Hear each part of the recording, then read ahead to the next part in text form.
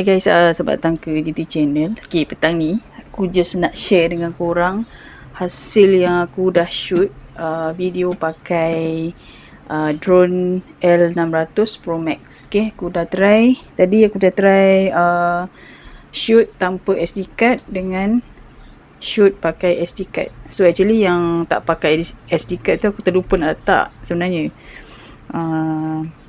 Dan aku adalah kan simpan hasil dia.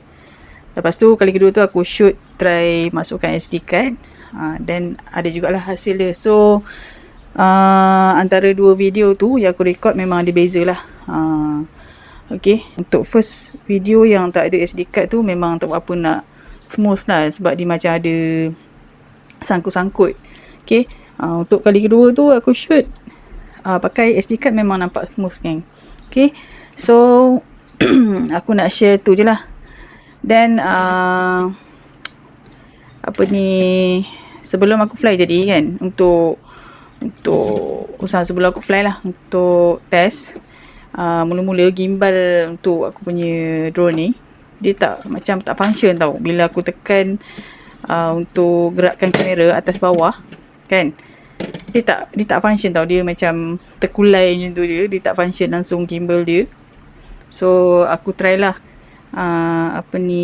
tengok kan macam mana solution dia. So bila aku dah cari rupanya ada yang cakap try goyang-goyangkan gimbal sebelum kita fly. Maksudnya kita on drone ni, lepas tu kita goyang-goyangkan dia dengan slow. Okay, dengan perlahan macam ni. Sekejap.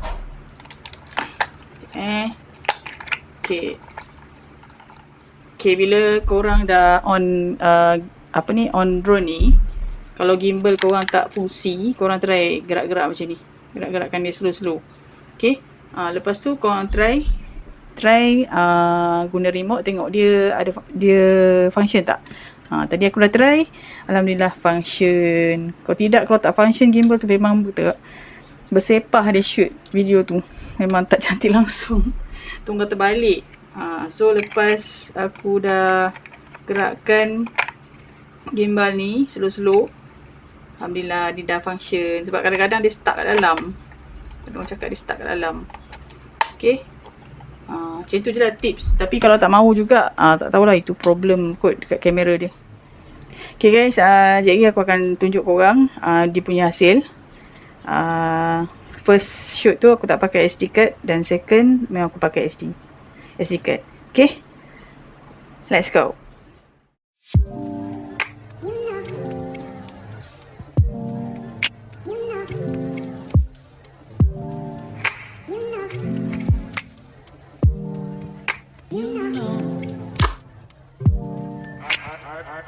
I begin to